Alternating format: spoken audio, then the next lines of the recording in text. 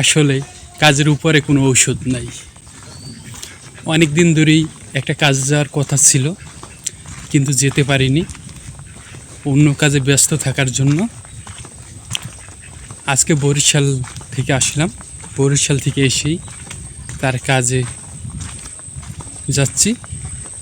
অনেক দিন ধরেই কাজে ঘুরাচ্ছি, তাই আজকে কাজে যাওয়া খুবই দরকার। কমিটমেন্ট ঠিক রাখার জন্য অনেকবার ভেঙেছি। আসলে আমরা যারা ইলেকট্রনিক কাজ করি, সারাদিন কাজ করে এসে টুকটাক কাজ তেমন করতে মন চায় না, তার জন্যই আসলে যাওয়া হয় না। তাও টুকটাক কাজ না করলে বড় কাজ পাওয়া যায় না, তার জন্য টুকটাক কাজের গুরুত্ব দিতেই হয়। আমাদের এলাকার এক বড় বউয়ের কাজে এখন যাচ্ছি। সে আমাকে সকালে ফোন দিছিল, গতকালকে ফোন দিছিল, কিন্তু আমি সময় স্বল্পতার কারণে যেতে পারিনি। গতকালকে কাজ থেকে এসে বরিশাল গিয়েছি নিজের একটা পার্সোনাল কাজের জন্য, তার জন্য গতকালকে আর যেতে পারিনি। তার বাসায় গতকালকে যাওয়ার কথা ছিল আমার, কিন্তু আমি যেতে পারিনি। আসলে কখন সময় কী কাজে লেগে যায় বলা যায় না, এর কারণেই কমিটমেন্ট ঠিক থাকে না।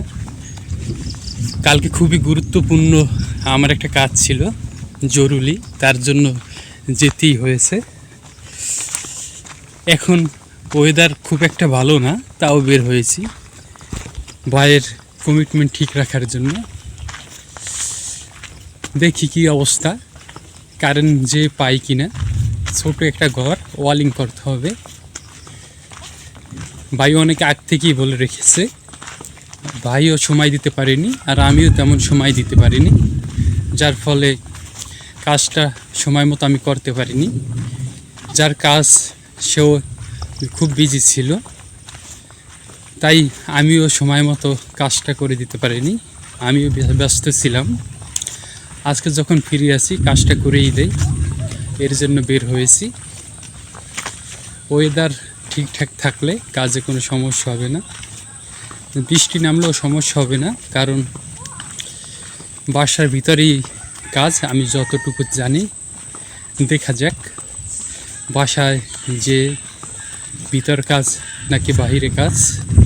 ইলেকট্রনিক কাজ বেশিরভাগ ভিতরেই থাকে, কিছু টুকটাক কাজ বাহিরে থাকে, সমস্যা হওয়ার কথা না। বৃষ্টি যদি নেমেও যায়, আশা করি ওয়েদার ঠিকঠাক থাকবে।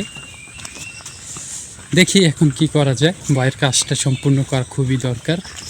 ওয়েদার খারাপ হলেও আমি এখন বের হয়েছি, কারণ বাইকে অনেক দিন ধরে কাজে ঘুরাচ্ছি।